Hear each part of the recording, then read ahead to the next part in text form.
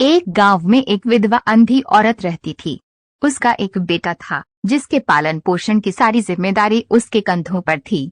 वह अपने बेटे को पढ़ा लिखा कर एक बहुत बड़ा आदमी बनाना चाहती थी, इसलिए उसने उसका दाखिला गांव के सबसे अच्छे स्कूल में किया। वह दिन रात मेहनत करती ताकि बेटे की स्कूल की फीस दे सके। लड़के के स्कूल के बच्चे उसकी माँ के बारे में जानते थे। वे सब उसे अंधी का बेटा कहकर चिढ़ाते थे। लड़का इससे बहुत परेशान था। उसे अपनी माँ पर शर्म आने लगी थी। वह उसके साथ कहीं भी आने जाने से कतराने लगा था। जब लड़का बड़ा हुआ तो उसकी शहर में अच्छी नौकरी लग गई। उसने अपनी माँ से वादा किया कि शहर में मकान लेकर वे उसे लेने आएगा, लेकिन वह शहर गया तो फिर लौटकर वापस नहीं आया। उसकी अंधी माँ उसका इंतजार करती रह गई। ये भी पढ़ें, माँ का प्यार अनमोल है। माँ बेटे की कहानी। कई महीने बीत गए, लड़के की कोई खबर नहीं आई। कई महीने बीत गए, लड़के की कोई खबर नहीं आई। अंधी एक दिन उससे नहीं रहा गया और वह बेटे से मिलने शहर पहुंच गई।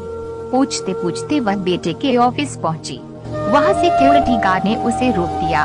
अंधी औरत ने गार्ड को अपने बेटे का नाम बताया और बोली कि उससे जाकर कह दो कि गांव से कोई मिलने आया है। गार्ड ने जाकर उसके बेटे को बताया। बेटे ने ऑफिस की खिड़की से देखा तो उसे अपनी माँ गेट के बाहर खड़ी नजर आई।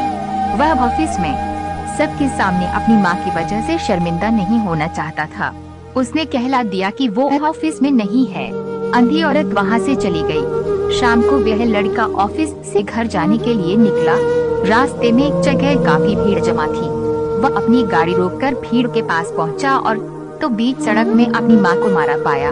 उसके हाथ में एक चिट्ठी थी जिसमें लिखा था, बेटा बड़े दिन हो गए थे, तेरी कोई खबर नहीं मिली। चिंता हो रही थी इसलिए तुझसे मिलने चली आई। तू तो अब बड़ा आदमी बन गया है। तुझसे मिलना अब शायद मुझ गरीब की किस्मत में नहीं, लेकिन मैं बहुत खुश हूँ तेरे लिए। तूने अपना ही नहीं मेरा सपना भी पूरा किया।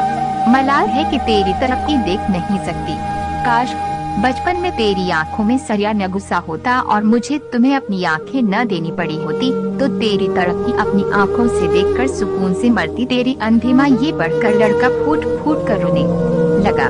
जिस अंधी माँ पर उसे शर्माती थी, उसने उसके लिए कितना बड़ा बलिदान किया था।